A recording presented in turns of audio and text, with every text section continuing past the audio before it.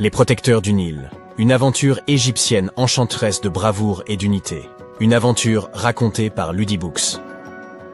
Mais avant de commencer, nous vous offrons gratuitement un guide de routine du soir, rempli d'histoires inspirantes, disponible en description. Il était une fois, dans un village niché au bord du grand et majestueux Nil, une petite déesse nommée Isis. Un matin, alors que le soleil se levait en dessinant des reflets dorés sur les vagues douces du fleuve, Isis fit une découverte surprenante. Une petite créature magique était en danger, prise au piège dans un tas de déchets qui polluaient les eaux sacrées du Nil. Isis rassembla donc ses amis, le jeune Horus au regard perçant, et Séti le rapide, et ensemble ils formèrent une équipe surnommée les Protecteurs du Nil. Ce matin-là, ils décidèrent de suivre le long fleuve à la recherche des autres dieux et déesses pour les impliquer dans leur mission.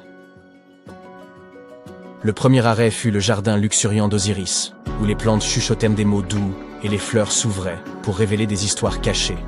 « Nous avons besoin de votre aide, cher Osiris, pour sauver une créature innocente et protéger nos terres, » plaida Isis. Ému par leur courage et leur détermination, Osiris offrit un sac de graines magiques qui pouvaient purifier l'eau et l'air. Armés de ces graines sacrées, ils poursuivirent leur voyage, atteignant le temple brillant d'Anubis, le dieu de la protection. Anubis, impressionné par leur courage, leur confia un bouclier resplendissant, capable de repousser toute forme de pollution et de mal.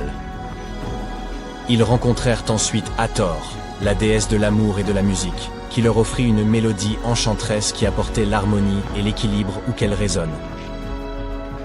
Le voyage était long et semé d'embûches, mais chaque dieu qu'ils rencontraient leur offrait un cadeau précieux pour aider dans leur mission sacrée.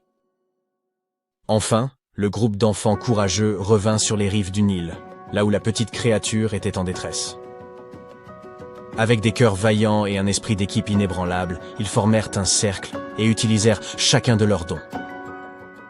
Horus chanta la mélodie d'Hathor, remplissant l'air de doux arpèges qui apaisèrent le chaos environnant.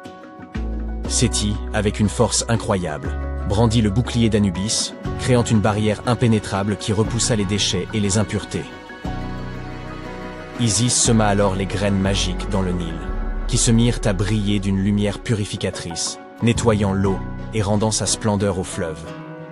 Peu à peu, la créature magique se libéra et nagea joyeusement dans l'eau redevenue pure, remerciant les enfants par un câlin chaleureux et aimant. Et alors, le ciel se transforma. Un arc-en-ciel magnifique apparut, lançant une lumière magique sur un environnement revitalisé, beau et pur. Les enfants, la créature et les dieux se rassemblèrent alors pour une grande fête au bord du Nil, célébrant la victoire du bien sur le mal et la beauté retrouvée de leur habitat.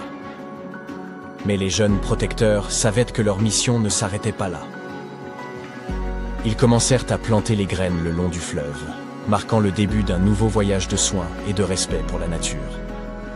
Alors que le soleil se couchait, peignant le ciel de teintes chaleureuses, les enfants, fatigués mais heureux, s'assirent au bord du fleuve pour partager des histoires, riant et chantant ensemble, forts de la leçon précieuse qu'ils avaient apprise ce jour-là.